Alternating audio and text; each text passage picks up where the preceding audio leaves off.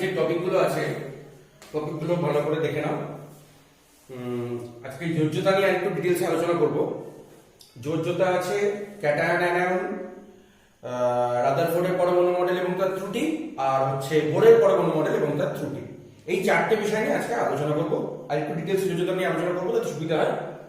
তো আমরা আসছি টপিকগুলোতে।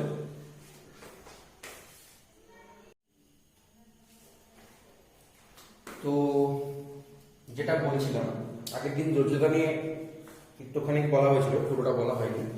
তো আরো কিছু মৌলের যোজ্যতা, যেমন দ্বিযোজীর ক্ষেত্রে, এগুলো ওই জায়গাটায় যেখানটায় খাতায় লেখা ছিল ওখান থেকে যদি স্ক্রিনশট নিয়ে থাকো তাহলে ওখানটায় লিখে নেবে।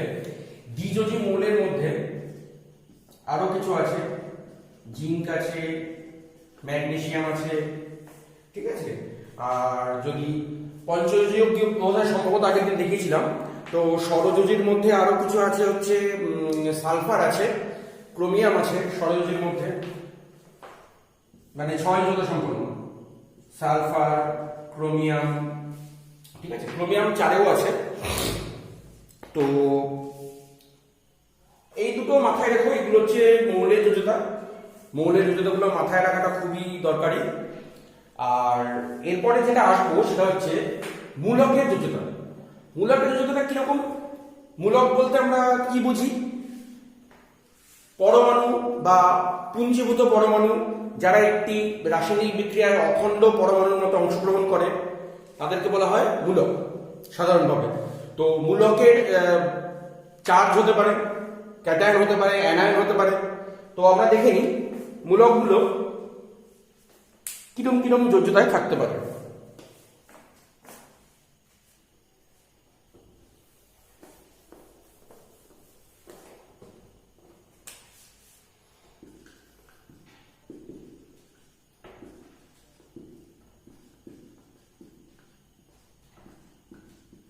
মূলকের যোজ্যতা একের মধ্যে থাকতে পারে OH minus, NH4 plus, NO3 minus,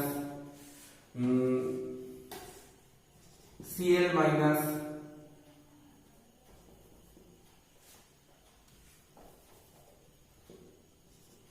Cl minus. তো এগুলো যদি নামগুলো তোমরা না জেনে থাকো, আমি আপাতত মুখে বলে দিচ্ছি। এর নাম হাইড্রক্সিল আয়ন, এর নাম অ্যামোনিয়াম আয়ন, এর নাম নাইট্রেট আয়ন, এর নাম ক্লোরাইড আয়ন, ঠিক আছে। তো এবার আমরা দেখে নিই দুই যোজ্যতা সম্পন্ন কিছু মূলক। খুব কমন যে মূলক সেটা হচ্ছে সালফেট, SO4 2-। একটা জিনিস খেয়াল করে দেখো, এই প্রত্যেকটা মূলকের যে চার্জ, এই যে এর চার্জ যেমন -1, এর চার্জ +1, এর চার্জ -1, এর -1, এই চার্জ যত তার যোজ্যতাও সেটা হচ্ছে। তো খুব সিম্পল ভাবে যদি বলা যায়, মূলকের যদি গঠন সংকেত তোমাদের মনে থাকে তাহলে তার যোজ্যতা ইজিলি মনে থাকবে। দেখো এখানে -1, এই জন্য এর যোজ্যতা হচ্ছে 1, ঠিক আছে। তো এখানে এর -2, তাহলে এর যোজ্যতা হচ্ছে 2, ঠিক আছে।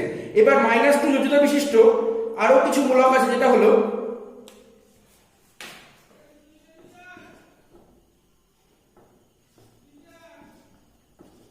Cr2O7 2-, আর যেগুলো আছে CO3 2-,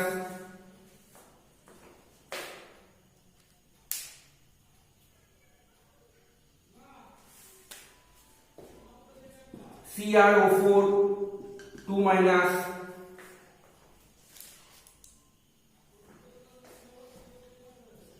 H2O3 2-। ঠিক একইভাবে এগুলোর নামগুলো লিখে নাও।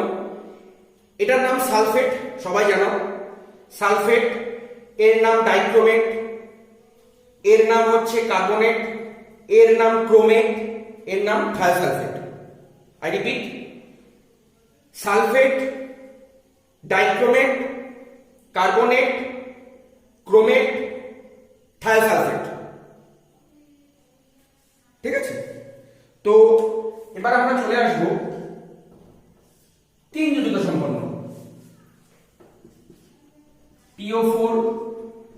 3 minus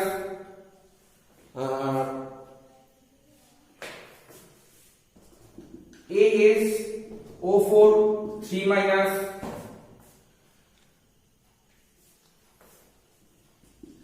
BO3 3 minus, এটা খুব কমন ফসফেট আয়ন, নামগুলো লিখে নাও, phosphate, arsenate, borate.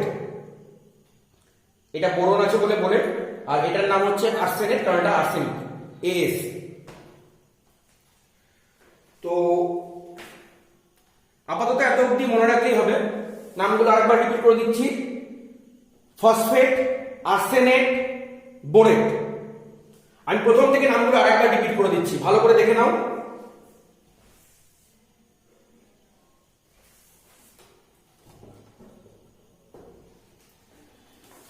Hydroxyl, ammonium nitrate, chloride, sulphate, dichromate, carbonate, chromate, thiosulphate, phosphate, arsenate, borate.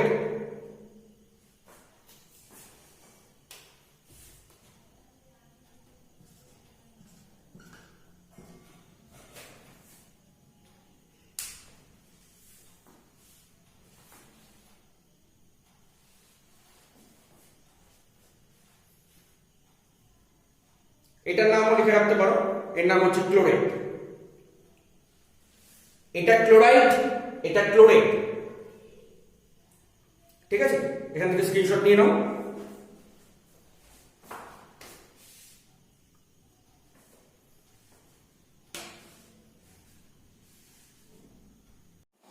আচ্ছা, তো আমরা এবার দেখে নেব এই যোজ্যতাগুলো যৌগ গঠনের সময় আমাদের কিভাবে সাহায্য করবে। ধরো আমরা জলের সংকেত জানি H2, তো এখানটায় কি করে আসে? ধরো আমরা যখন সংকেত লিখব তার আগে মৌল দুটোকে পৃথক করে লিখতে হবে, হাইড্রোজেন, অক্সিজেন। তো হাইড্রোজেনের নিচে আমরা হাইড্রোজেনের যোজ্যতা লিখলাম 1, অক্সিজেনের নিচে অক্সিজেনের যোজ্যতা লিখলাম 2। তাহলে এরকম ক্রস হবে, মানে হাইড্রোজেনের যোজ্যতাটা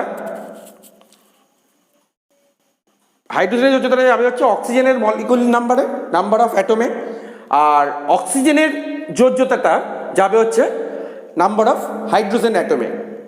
মানে অ্যাকচুয়ালি এই যে সংখ্যাটা, এর সংখ্যাটা যাবে হচ্ছে হাইড্রোজেনের ঘরে, আর অক্সিজেনের মানে হাইড্রোজেনের যে সংখ্যাটা সেটা যাবে অক্সিজেনের ঘরে। আরও কয়েকটা উদাহরণ দিলে স্পষ্ট হয়ে যাবে। সাপোজ HCl,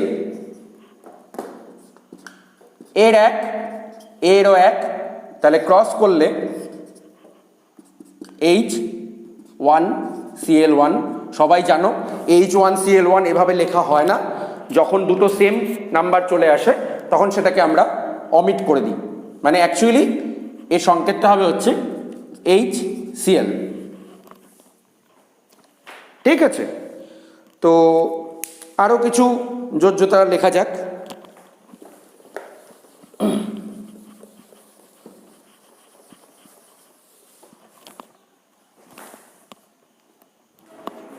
ধরো ম্যাগনেসিয়াম অক্সাইড, ম্যাগনেসিয়ামের যোজ্যতা কত? 2, অক্সিজেনের যোজ্যতা কত? 2।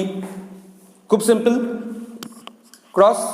তার মানে ম্যাগনেসিয়ামের পরমাণু সংখ্যাও 2 হবে, অক্সিজেনের পরমাণু সংখ্যাও 2 হবে। That means Mg2O2। তা আমি একটু আগে কি বলেছিলাম, দুটো একই সংখ্যা চলে আসলে সে দুটোকে অমিট করে দিতে হয়। তাহলে অ্যাকচুয়ালটা হবে, এটা হবে না, অ্যাকচুয়ালটা হবে MgO। একইভাবে তোমরা নিজেরা বাড়িতে করতে পারো, ZnO, CaO, CaCO3, এটা করতে পারো বাড়িতে। আচ্ছা, এবার আমরা যেটা আসবো সেটা হচ্ছে মূলক আর মৌলের সাথে কি করে যৌগ গঠন হয়। সাপোজ ধরো সোডিয়াম হাইড্রক্সাইড, সোডিয়াম আয়ন আর হাইড্রক্সিল আয়ন, এইটা একটু আগে আমরা দেখিয়েছি OH মাইনাস। তাহলে OH মাইনাস মানে কি, তার যোজ্যতা হচ্ছে 1, তার মানে আমরা লিখবো এভাবে Na আর এদিকে OH মাইনাস, এর যোজ্যতা 1, এর যোজ্যতা 1, ক্রস করে দিলাম, তাহলে চলে আসবে NaOH। সোডিয়ামের যোজ্যতা 1, এটা আমরা ফার্স্ট লেসনেই দেখেছি, ঠিক আছে। আর আছে ধরো, হোমওয়ার্কটাকে মুছে দিলাম,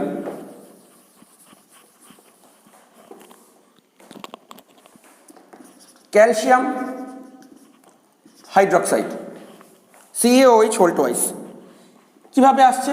Ca আর এদিকে OH মাইনাস, ক্যালসিয়ামের যোজ্যতা 2, হাইড্রক্সিল আয়নের যোজ্যতা 1, তাহলে ক্রস করলে চলে আসবে Ca, এর সাথে 1 বসবে, 1 আর লেখার দরকার নেই, আর OH এর এখানে হোল 2 আসবে। ওকে,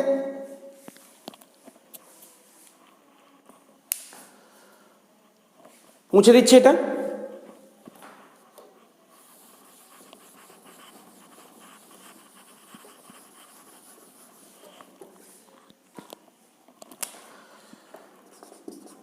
Al2, সরি,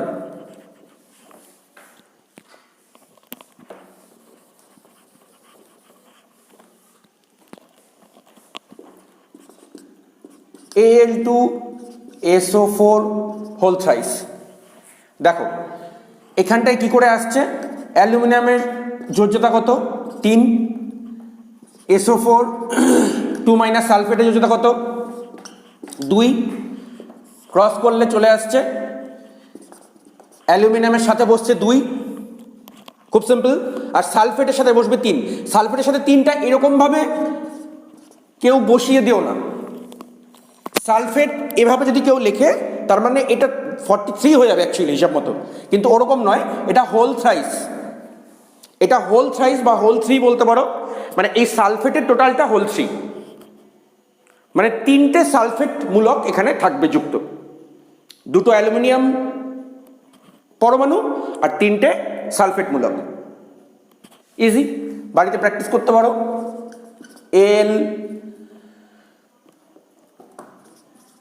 SO4 আর বাড়িতে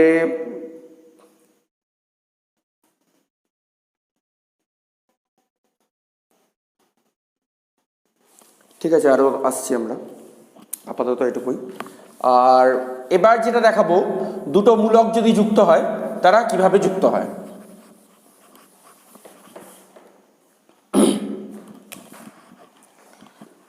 খুব easy, NH4 whole 2 SO4, ammonium sulphate,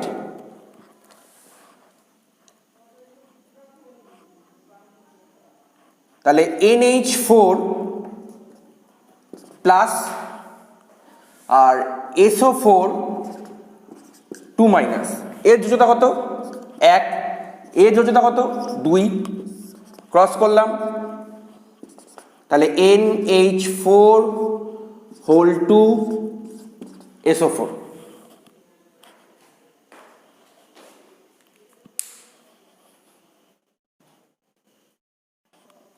clear?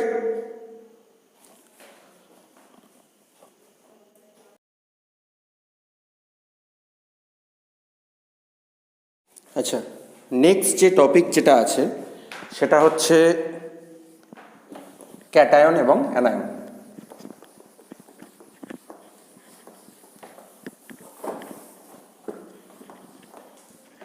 তো কোনো মৌল থেকে ইলেকট্রন বেরিয়ে গেলে সেটা ক্যাটায়নে পরিণত হয়, আর কোনো মৌলের সাথে ইলেকট্রন যুক্ত হলে সেটা অ্যানায়নে পরিণত হয়।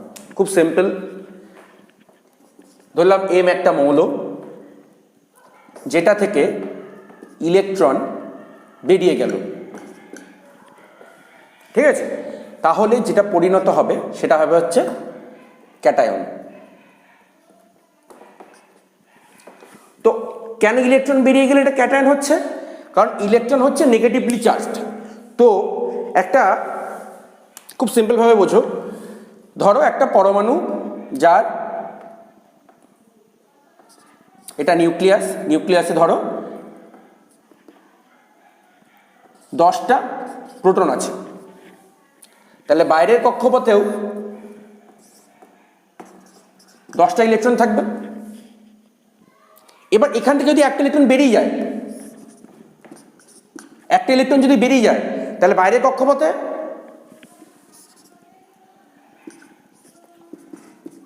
ভিতরে তো 10টা প্রোটন থাকলোই, কিন্তু বাইরের কক্ষপথে হয়ে গেল 9টা ইলেকট্রন। তাহলে পজিটিভ চার্জ একটা বেশি হয়ে গেল না?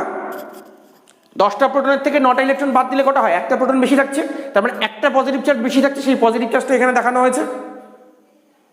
একইভাবে যদি দুটো ইলেকট্রন এখান থেকে বেরিয়ে যেত, এখান থেকে দুটো ইলেকট্রন বেরিয়ে গেলে এখানে 8 ইলেকট্রন হয়ে যেত, তার মানে এখানটায় হয়ে যেত এমটা 2+। অর্থাৎ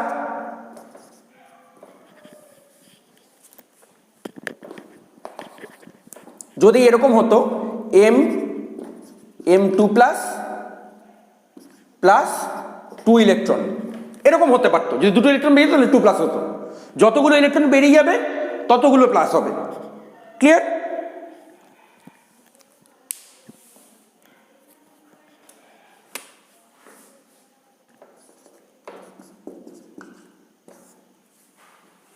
এটা ছিল হচ্ছে ক্যাটায়ন।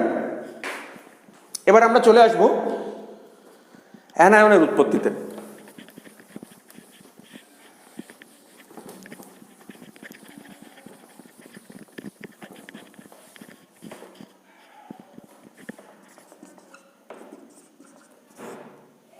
অ্যানায়নটা কিরকম? ঠিক উল্টো, একটা ইলেকট্রন যোগ করে দেবো, তাহলে হয়ে যাবে কি? একটা X মাইনাস হয়ে যাবে। সিম্পল ব্যাপার। একটা ইলেকট্রন ঢুকলে যদি একটা M+ হয়ে যায়, আর একটা ইলেকট্রন ঢুকলে তাহলে এক্সটা কি হবে? মাইনাস হয়ে যাবে। ইজি। আবার একবার দেখিয়ে দিচ্ছি। ধরো 10টা প্রোটন আছে নিউক্লিয়াসে, বাইরে রয়েছে হচ্ছে 10টা ইলেকট্রন, তাহলে বাইরে থেকে একটা ইলেকট্রন অ্যাড করা হলো, তাহলে এটা চেঞ্জ হয়ে কি হয়ে যাবে? ভিতরের প্রোটন 10টাই থাকলো, কিন্তু বাইরে ইলেকট্রন একটা বেড়ে গিয়ে 11টা ইলেকট্রন হয়ে গেল। তাহলে নেগেটিভ চার্জ একটা বেশি হয়ে গেল না পজিটিভের থেকে? একটা নেগেটিভ চার্জ বেশি হয়ে যাওয়া মানে হচ্ছে X মাইনাস। যদি দুটো ইলেকট্রন ঢুকতো তাহলে X 2- হতো।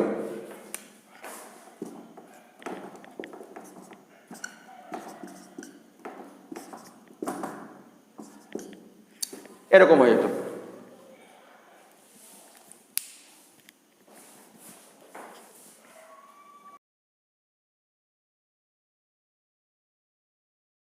তো আগের দিনের রাদারফোর্ডের পরমাণু মডেল সংক্ষিপ্ত সময়ের মধ্যে ভালো করে বোঝানো যায়নি। তো একটা খুব পাতলা সোনার পাত নেওয়া হয়, 0.0004 mm যুক্ত। এখানটায় 0.0004 mm বেদযুক্ত, মানে খুব পাতলা, খুব পাতলা একটা সোনার পাত নেওয়া হয়। তার মধ্যে দিয়ে আলফা কণা এখান দিয়ে প্রবাহিত করা হয়।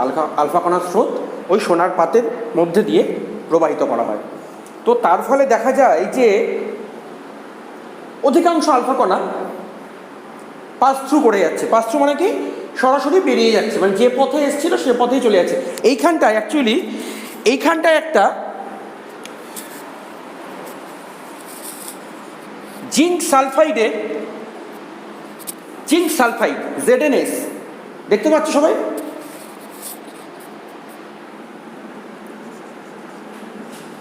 জিঙ্ক সালফাইডের একটা পাতলা আস্তরণ রাখা হয়, এর মধ্যে এই আলফা কণাগুলো গিয়ে ড্রপ করে। তো তার ফলে একটা স্পট তৈরি হয়, যার ফলে বোঝা যায় যে কোন আলফা কণাটার কতটা তার স্রোত থেকে বিচ্যুত হয়েছে। মানে অধিকাংশ আলফা কণায় দেখা যায় যে সরাসরি গিয়ে এই পর্দার মধ্যে ধাক্কা দিচ্ছে, আর কিছু আলফা কণা খানিকটা বিচ্যুত, কিছু আলফা কণা অধিক বিচ্যুত। এই যেমন এটা কাজ দিয়েছিল, এটা সামান্য পরিমাণ বিচ্যুত হয়েছে। এটা এমন অধিক বিচ্যুত হয়ে গেছে, আর ম্যাক্সিমাম আলফা কণা যেটা সেটা হচ্ছে পাস থ্রু করে গেছে, মানে সরাসরি বেরিয়ে গেছে। এখানে অধিকাংশ আলফা কণা এখানে দেখানো যায়নি, কারণ জায়গার অভাবের জন্য হাতে অত ভালোভাবে আঁকতে পারিনি আমি। তো আমি চেষ্টা করব খাতায় এঁকে আমি তোমাদের পরে একটা ছবি দিয়ে দেওয়ার। তো এখান থেকে সরাসরি বেরিয়ে গিয়ে এখানে চলে যাচ্ছে। আর খুব সামান্য একটা দুটো আলফা কণা যে পথে গেছিল সে পথেই আবার ব্যাক করে চলে এসছে। ভালো করে দেখো, এখান দিয়ে গেছিল, এই যে পথটা ফলো করো, এই পথটা ফলো করলে আবার দেখো এটা এখানে চলে এসছে, মানে যেখান থেকে গেছিল সেখানেই ফিরে চলে এসছে। অর্থাৎ বোঝা যায় যে মাঝখানে, মানে অর্থাৎ পরমাণুর ঠিক মধ্যবর্তী অংশে একটা ভারী কোনো ধনাত্মক একটা অংশ রয়েছে, যার ফলে এই পজিটিভ আলফা কণা বিকর্ষিত হয়ে ধাক্কা খেয়ে ঠিক যে পথে গেছিল সে পথেই আবার ফিরে চলে আসছে। আর এর থেকে আরও এই রাদারফোর্ডের এই পরমাণু মডেল থেকে আরও একটা ধারণা করা যায়, সেটা হচ্ছে যেহেতু অধিকাংশ আলফা কণা পুরোপুরি বেরিয়ে যায়, যেরমভাবে এসেছিল সেই একই পথে বেরিয়ে গিয়ে এখানে ধাক্কা মারে, কোনো বিচ্যুত হয়নি, তার ফলে একটা ধারণা করা যায় যে পরমাণুর অধিকাংশ স্থানই ফাঁকা হয়, আর কিছু কিছু স্থানে সামান্য কিছু চার্জবাহী কণা থাকতে পারে, যাদের সাথে পজিটিভ আলফা কণার সামান্য ধাক্কা লাগার ফলে তারা তাদের গতিপথ থেকে বিচ্যুত হয়ে গেছিল। তো এই রাদারফোর্ডের পরমাণু মডেল।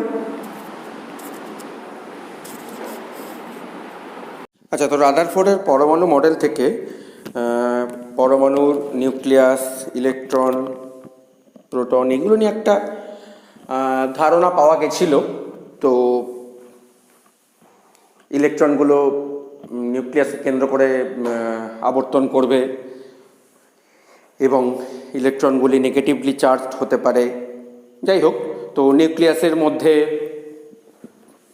প্রোটন থাকছে, প্রোটনটা পজিটিভ চার্জযুক্ত। তো এর যে ত্রুটি আছে একটা, সে ত্রুটিটা হলো অ্যাকচুয়ালি ম্যাক্সওয়েলের তড়িৎচুম্বকীয় তত্ত্ব অনুসারে কোনো চার্জযুক্ত কণা যখন আবর্তন করবে, তখন কোনো চার্জযুক্ত কণা যখন আবর্তন করবে সেই চার্জযুক্ত কণাটি থেকে নিরবিচ্ছিন্নভাবে শক্তি নির্গত হবে। এই চার্জযুক্ত কণাটি থেকে নিরবিচ্ছিন্নভাবে শক্তি নির্গত হবে। তো এই চার্জযুক্ত কণা থেকে যদি নিরবিচ্ছিন্নভাবে শক্তি নির্গত হয়, তাহলে এর একটা শক্তি আছে, এর একটা নির্দিষ্ট শক্তি আছে। ভালো করে বুঝবে। ধরে এর শক্তি ইউনিট 10, এর শক্তি ইউনিট ধরলাম 10। যেহেতু দুজনকে সমান আকর্ষণ করছে, ধরে নিলাম যে এরা এই কারণে সমান দূরত্বে আবর্তন করছে। কিন্তু ম্যাক্সওয়েলের তড়িৎচুম্বকীয় তত্ত্ব অনুসারে এই যে 10-এর ভ্যালুটা, এটা ক্রমশ কমতে থাকবে। এটা কোনো ইউনিট নয়, যেটা আমি জাস্ট বোঝানোর জন্য বলছি। এই যে 10-এর ভ্যালুটা, এটা ক্রমশ কমতে থাকবে। কমতে থাকলে কি হবে, এর শক্তিটা তো কনস্ট্যান্ট রয়েছে, এর শক্তিটা কনস্ট্যান্ট থাকার ফলে এর ভ্যালুটা যদি কমে যায়, আস্তে আস্তে এ ড্রপ করবে, মানে এর কক্ষপথটা অ্যাকচুয়ালি ছোট হবে। ধরলাম 9-এ আসলো, সরি এখানে 9-এ আসলো, ঠিক আছে, দিয়ে 8-এ আসলো, 7-এ আসলো, এরকম করে আস্তে আস্তে ক্রমশ নিউক্লিয়াসের কাছে আসতে শুরু করবে। কারণ এর যে শক্তি ছিল, এর যে শক্তি ছিল একটা সময় সেম ছিল। দুটো মানুষকে যদি এরমভাবে টানে সমান শক্তি দিয়ে, তাহলে তারা দুজনেই এরমভাবে থাকবে। কিন্তু এই হাত যদি কম শক্তি দেয়, তখন এটা কি হবে, এর কাছে চলে আসবে, ঠিক এভাবে। ভালো করে দেখো, এই হাত আর এই হাত, দুটো হাত যদি সেম অ্যামাউন্ট এনার্জি দেয়, তাহলে দুজন এরমভাবে জুড়ে থাকবে, সেম ডিস্টেন্সে থাকবে। দেখা যাচ্ছে কিনা আমি জানি না, সেম ডিস্টেন্সে থাকবে, ঠিক আছে। কিন্তু যদি এই হাতটা যদি কম এনার্জি দেয়, তখন এই হাতটা ডান হাতের আকর্ষণে কাছে চলে আসবে। ঠিক একই জিনিস হচ্ছে এখানটায়। তো তার ফলে কি হয়, এর শক্তিটা যেহেতু নিরবিচ্ছিন্নভাবে কমতে থাকে, এবং কমতে কমতে কি হয়, অ্যাকচুয়ালি নিরবিচ্ছিন্নভাবে কমতে থাকার ফলে, এবার আমি ছবিটা একটু ছোটো করে দেখাচ্ছি। ধরলাম এটা নিউক্লিয়াস, এখান দিয়ে একটা ইলেকট্রন আবর্তন করছিল, এতটা দূরে দিলে হবে না, সরি। এর শক্তিটা নিরবিচ্ছিন্নভাবে এরমভাবে তো 10, 9, 8, 7 এরমভাবে তো কমতে থাকে না, খুব ধীরে ধীরে, মানে নিরবিচ্ছিন্নভাবে 10 মানে 9.99 সামথিং এরকমভাবে কমতে কমতে অ্যাকচুয়ালি এখান থেকে যদি শুরু করে ইলেকট্রনটা আবর্তন করা, একটা স্পাইরাল কক্ষপথ তৈরি হয়, দিয়ে আলটিমেটলি এ নিউক্লিয়াসে গিয়ে ড্রপ করবে। আমি জানি ছবিটা খুবই বাজে হয়েছে, জঘন্য হয়েছে, তো এটা স্পাইরাল হবে, ঠিক আছে। আমি চেষ্টা করছি ভিডিওটা শেষ হয়ে গেলে পরে একটা স্ক্রিনশট দিতে এর ঠিকভাবে। তো বুঝতে পারলে এইখানটায় ইলেকট্রনটা ছিল, সে স্পাইরালভাবে কুণ্ডলীকৃত পথে ক্রমশ শক্তি হারাতে হারাতে হারাতে এসে নিউক্লিয়াসে এসে ধাক্কা মারবে, অর্থাৎ পরমাণুর কোনো এক্সিস্টেন্স বা অস্তিত্বই থাকছে না। তো রাদারফোর্ডের পরমাণু মডেল থেকে এই একটা সীমাবদ্ধতা ধরা পড়েছিল। ভিডিওটা হচ্ছে।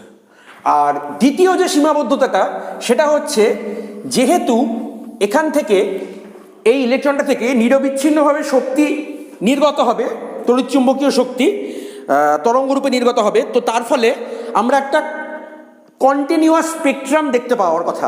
না, আমরা যদি একটা স্পেকট্রাম তৈরি করি, স্পেকট্রাম হচ্ছে বর্ণালী যদি একটা পাই, তো সেই বর্ণালীটা পাওয়া যাবে হচ্ছে কন্টিনিউয়াস, মানে নিরবিচ্ছিন্ন বর্ণালী পাওয়া যাওয়ার কথা। কিন্তু দেখা যাচ্ছে বাস্তবে পরমাণু থেকে নিরবিচ্ছিন্ন বর্ণালী পাওয়া যায় না, বরঞ্চ সেটা বিচ্ছিন্ন বর্ণালী বা রেখা বর্ণালী বা লাইন স্পেকট্রাম বলা হয়, ঠিক আছে। সেটা নিয়ে আমরা পরবর্তীকালে আলোচনা করব। অর্থাৎ মানে যদি এরকমভাবে আমরা যদি ধরি যে এরকম কন্টিনিউয়াস স্পেকট্রাম হওয়ার কথা, সেটা না হয়ে গ্যাপ কিছু কিছু গ্যাপ থাকছে, এটা আমি জাস্ট উদাহরণ হিসেবে বোঝাচ্ছি, পরে স্পেকট্রামে আসবো যখন আমরা স্পেকট্রাম পড়াবো।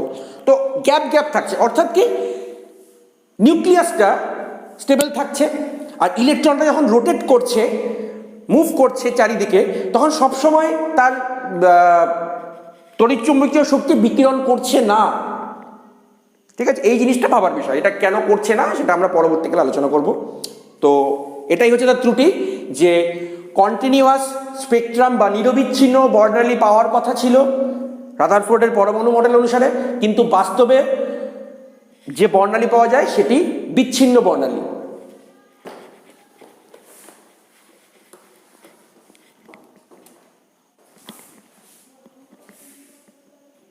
আচ্ছা, ভিডিও খুবই লেন্দি হয়ে যাচ্ছে, আপলোড করতে খুব সমস্যা হবে। আমি চেষ্টা করছি আজকে বোরের পরমাণু মডেলটা ভূমিকাটুকু বলে দিতে। তো রাদারফোর্ডের পরমাণু মডেলের পরবর্তীকালে বোরের পরমাণু মডেল এলো। তো বোরের পরমাণু মডেলে যেটা বলা হয়েছিল, তিনটে পস্টুলেট বা তিনটে স্বীকার্য ছিল। তো প্রথম যে স্বীকার্যটি ছিল সেটা হচ্ছে, আমি মুখে বলে দিচ্ছি, তোমরা লিখে নাও।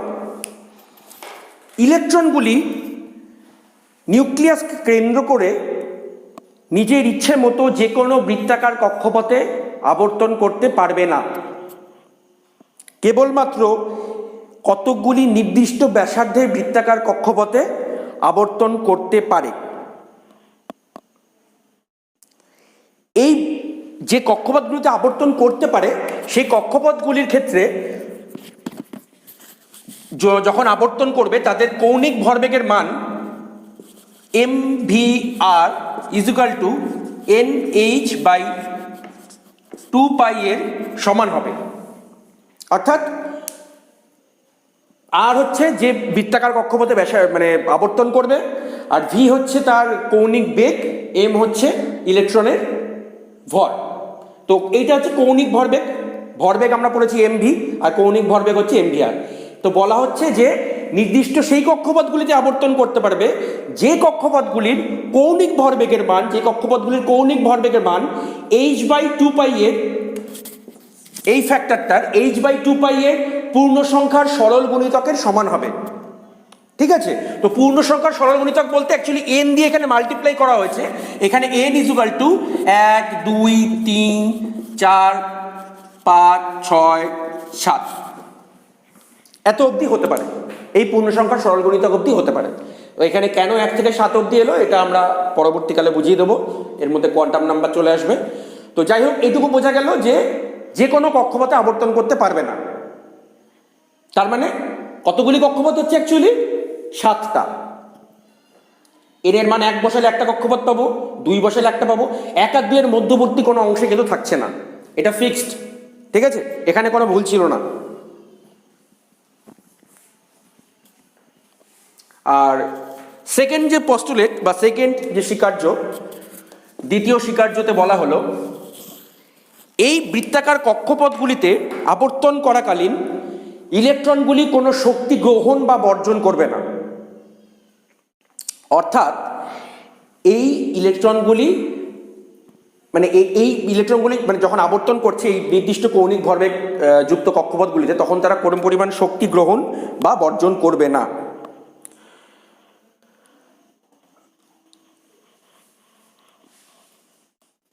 অর্থাৎ কি বলা যায় যে ইলেকট্রনগুলো মুভ করবে, অবশ্যই মুভ করবে, কিন্তু তাদের শক্তিটা স্থির থাকবে।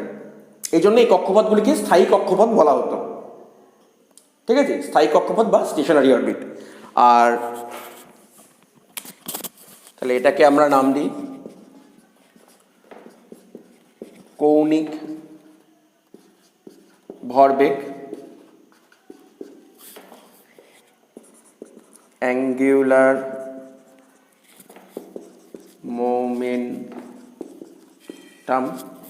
2 হচ্ছে স্টেশনারি অরবিট বা স্থায়ী কক্ষপথ। আর 3 নম্বরে যেটা আসবে সেটা হচ্ছে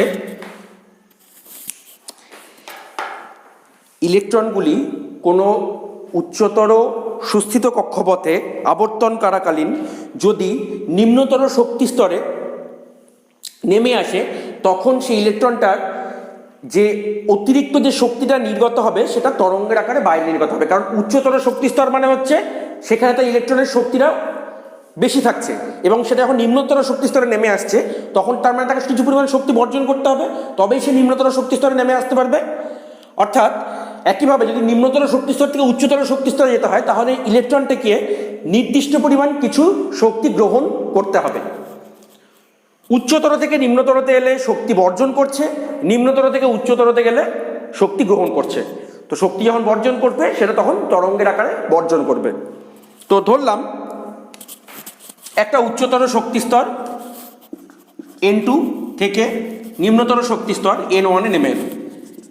তো এর এনার্জি ধরলাম E2, আর নিম্নতর শক্তি স্তরের এনার্জি হলাম E1। তাহলে শক্তির পার্থক্য কত? Delta E equal to E2 minus E1, যেটাকে বলা হচ্ছে এটা H নিউ এর সমান। ঠিক আছে, H নিউ,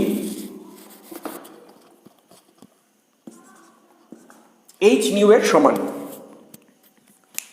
এখানটায় একটা কথা বলে রাখি, এখানটায় কিছু কিছু নোটেশন হয়েছে যে এই যে লেটারগুলো ইউজ করা হয়েছে MVR NH 2 পাই তো কি জানো, এনটা কি এইচটা কি, এগুলো আমি বলে দিচ্ছি এখানে। তো ভিডিওটা আমি এখনই শেষ করে দেবো। তো এখানটায় এটুকু সবাই স্ক্রিনশট নিয়ে রাখো।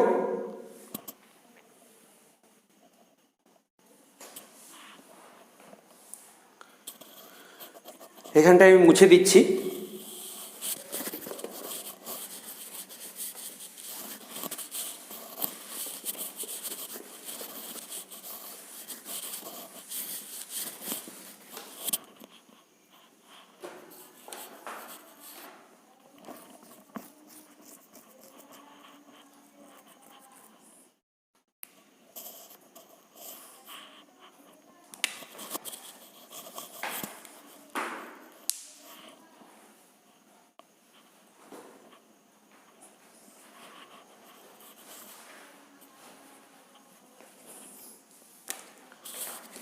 MVR is equal to NH by 2 পাই।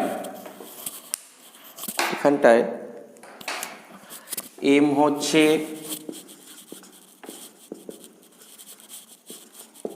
ইলেকট্রনের বেগ,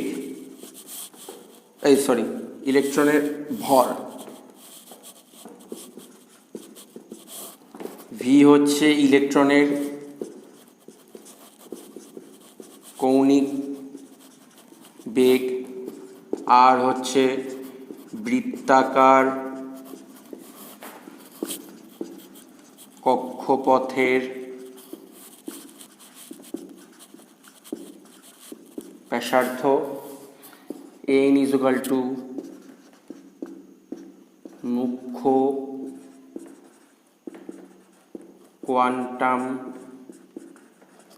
সংখ্যা যেটা 1 থেকে 7 পর্যন্ত হতে পারে, অবশ্যই পূর্ণ সংখ্যা, অবশ্যই পূর্ণ সংখ্যা, এ বিষয়ে কোনো সন্দেহ নেই। এইচ হচ্ছে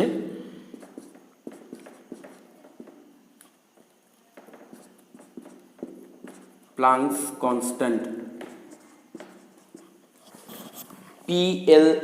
PLANCKS, Planck's constant,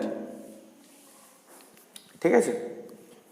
R delta E equal to E2 minus E1 এ এখানটায় যে এইচ নিউ এসছে, এই এইচ আর এই এইচ সেম, ঠিক আছে। আর নিউ হচ্ছে কম্পাঙ্ক, ওকে। তো আমরা নেক্সট ভিডিওতে বোরের পরমাণু মডেলের ত্রুটি আলোচনা করব, করে আমরা কোয়ান্টাম সংখ্যায় ঢুকে যাব।